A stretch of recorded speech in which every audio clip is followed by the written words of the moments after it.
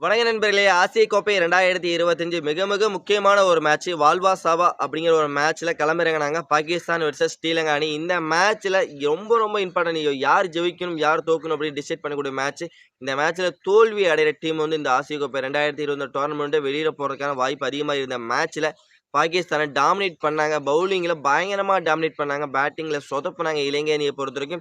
மீண்டும் ஏதாவது ஒரு கம்பேக் குடுப்பாங்களா அப்படின்னுலாம் எதிர்பார்த்துக்கிட்டு இருக்கும்போது பார்த்தீங்கன்னா, மறுபடியும் பேட்டிங்ல பாகிஸ்தான் நல்லா ஃபுல் பேக் ஆரம்பத்தில ஸ்டார்ட்டிங் எடுத்து மறுபடியும் கொஞ்சம் சுமாரா இருந்தது. இருந்தாலும் பார்த்தீங்கன்னா, கடைசியில இழுத்து புடிச்சு இந்த கேம வந்து வெற்றிங்கிறத பெற்றாங்க பாகிஸ்தான பொறுத்தவரைக்கும். ஃபைனலுக்கு இவங்க மறுபடியும் ஒரு வாய்ப்பு வந்து தேடிக்கிட்டாங்க. பாகிஸ்தான் அணிய பொறுத்தவரைக்கும் இந்த மேட்ச் வெற்றி பெற்றது மட்டும் இல்லாம, ஸ்ரீலங்கா அணி இந்த மேட்ச் தோல்வி அடைஞ்சு இந்த டோர்னமெண்ட்ட விட்டு வெளியேறுகிறாங்க நண்பர்களே.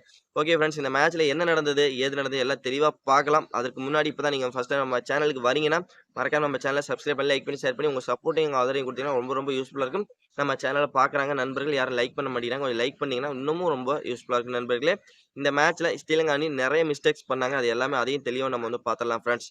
ஃபர்ஸ்ட் பேட்டிங் டாஸ் வின் பண்ண பாகிஸ்தான் நாங்க வந்து ஃபர்ஸ்ட் பவுல் பண்ணணும்னு டிசைட் பண்ணாங்க. ஓகே, நல்ல ஒரு முடிவு தான். ஏன்னா இங்க டியூ ஃபேக்டர் இருக்கனால வந்து பார்த்தீங்கன்னா, அது அந்த முடிவு சரியான முடிவு. அதுக்கு தகுந்த மாரி தான் ஸ்ரீலங்கா அணி சப்போர்ட் பண்ணாங்க பாகிஸ்தான் அணிக்கு. ஆரம்பத்திலேயே குஷால் மெண்டிஸோட விக்கெட்ட இழந்தாங்க. நிஷங்காவோட விக்கெட்ட இழந்தாங்க. அசலங்காவோட விக்கெட் இழந்தாங்க. பெராரோட விக்கெட் இழந்தாங்க. டக்குன்னு பார்த்தீங்கன்னா, பவர் பிளேல ஒரு 3 விக்கெட் இழந்தாங்க. அதுக்கப்புறமாவது கொஞ்சம் ஃபுல் பேக் பண்ணி பிளஸ் ஒரு பார்ட்னர்ஷிப் பில்ட் பண்ணுவாங்கன்னு நான் எதிர்பார்க்கும்போது, சுத்தமா அப்படி நடக்கவே இல்ல. வந்த சனக்காவ இருந்து எல்லாம் பார்த்தீங்கன்னா, சனக்கா பிளஸ் வந்து அசரங்கா அப்படின்ட்டு வந்த பேட்ஸ்மேன் எல்லாம் சொற்ப ரன்னுல தன்னோட விக்கெட்ட விட்டுட்டு பெவிலியன் 2 திரும்ப ஆரம்பிச்சாங்க. ஒரு கட்டத்தில பார்த்தீங்கன்னா, 6 விக்கெட் 80 ரன்னுக்கு 6 விக்கெட் இழந்து தத்தளிக்க ஆரம்பிச்சாங்க பாகிஸ்தான் அணி இலங்கை அணிய பொறுத்தவரைக்கும்.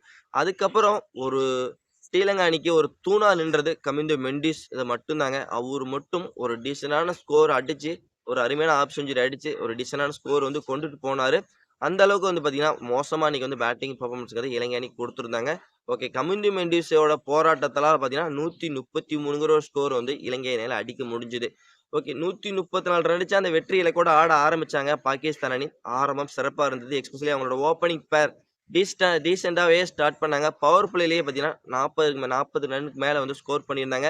40 ரன்னுக்கு மேல ஸ்கோர் பண்ணியிருந்தாலும், பவர் பிளேல டக்குன்னு பார்த்தீங்கன்னா, 2 விக்கெட்டையும் ஒரே ஓவர்ல இழந்தாங்க. அதே ஒரே ஓவர்ல பவர் பிளேயினுடைய 2 விக்கெட்ட இழந்தாலும், மறுபடியும் பார்த்தீங்கன்னா, பாகிஸ்தான் அணி ஃபுல் பேக் பண்ணுவாங்களான்னு எதிர்பார்த்துட்டு இருக்கும்போது, மறுபடியும் கேமுக்குள்ள வந்தாங்க இலங்கை அணி.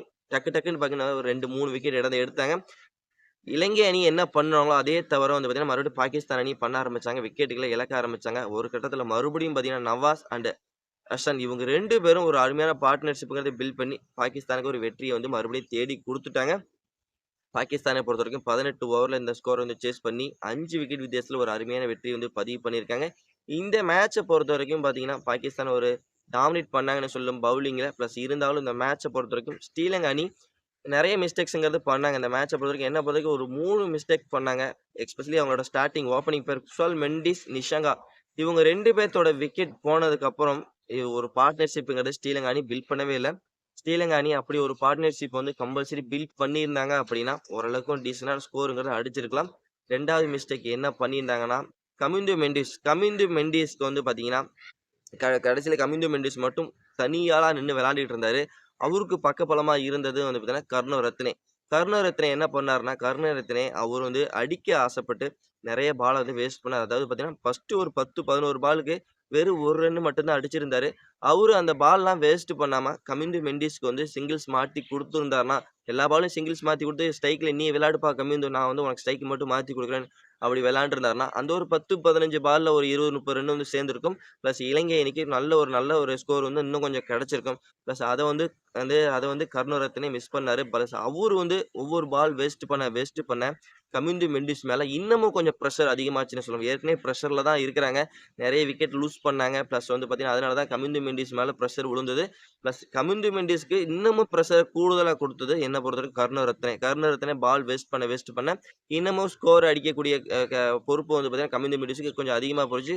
அப்படி போகும்போது அவரோட விக்கெட்டையும் கடைசியில இழக்க வேண்டிய நேரிடுச்சு. இல்ல அப்படின்னா ஒரு 150 ரன் அடிச்சிருந்தாங்க அப்படின்னா, நேத்து மேட்ச்ல இலங்கை ஒரு வெற்றி பெறக்கும் வாய்ப்பு இருந்திருக்கும். அத வந்து மிஸ் பண்ணாங்கன்னே சொல்லலாம். அந்த ஒரு தவறும் செஞ்சாங்க இலங்கை அணிய பொறுத்தவரைக்கும்.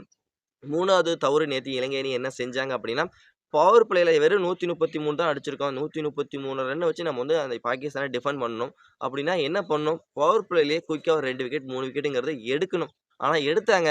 பவர் பிளேல 2 விக்கெட் எடுத்தாங்க இலங்கை அணிய பொறுத்தவரைக்கும். ஆனா ரன்ஸ்ங்கிறத குடுத்துட்டு எடுத்தாங்க. 45, 46, 47 ரன் மொத குடுத்துட்டாங்க. அந்த ரன் மட்டும் குடுக்காம அந்த 2 விக்கெட்ட எடுத்திருந்தாங்கன்னா, ஸ்ரீலங்கா அணி பயங்கரமா நேத்து வின் பண்ணியிருப்பாங்க என்ன பொறுத்தவரைக்கும். பிளஸ் அதுக்கப்புறம் இழுத்து புடிச்சாங்க. கேம்குள்ள பயங்கரமா கொண்டு வந்தாங்க.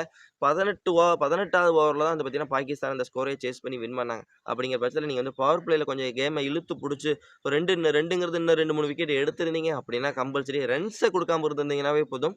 கொஞ்சம் ஈஸியா கேமுக்குள்ள வந்திருக்கலாம். நேத்து அந்த 133 டிஃபெண்ட் பண்ணி பாகிஸ்தான வீழ்த்தி ஈஸியா ஸ்ரீலங்கா அணி வெற்றி பெற்றிருக்கலாம். என்ன பொறுத்தவரைக்கும் நான் மேட்ச் பார்த்ததுல ஸ்ரீலங்கா அணி செய்த தவறு இந்த 3 தவறு தான் பார்த்தீங்கன்னா, அவங்க நேத்து தோல்விக்கு காரணமா இருந்திருக்கு. அவங்க இந்த மேட்ச்ல தோல்வி அற்றது மட்டும் இல்லாம, இலங்கை ரசிகர்களுக்கெல்லாம் ஒரு ஏமாற்றத்த குடுத்துருக்காங்க. இலங்கை மேக்ஸிமம் நேத்து பார்த்தீங்கன்னா, இலங்கை ரசிகர்கள் மட்டும் இல்ல நண்பா. இந்தியா கிரிக்கெட் எல்லாருமே பார்த்தீங்கன்னா, எல்லாம் சொல்லியிருந்தாங்க அப்படின்னா, இலங்கை தான் நேத்து மேட்ச்ல ஜெயிக்கும். அவங்க தான் இந்த வருஷம் நம்ம கூட ஃபைனல் விளையாடுவாங்க. அப்படின்னு சொல்லியிருந்தாங்க. ஃபைனல் வரைக்கும் இலங்கை தான் வரும், இந்தியா கூட வரும் அப்படின்னு சொல்லியிருந்தாங்க. பிளஸ் அதுக்கெல்லாம் பார்த்தீங்கன்னா, அந்த நம்பிக்கையெல்லாம் ஒட்டச்சு எறிஞ்சுட்டாங்க. இன்னைக்கு இலங்கை அணி தோல்வி அடைஞ்சது மட்டும் இல்லாம, இந்த வருஷம் ஆசிய கோப்பை 2020 டோர்னமெண்ட்லேருந்து அவங்க வெளியேறிட்டாங்க.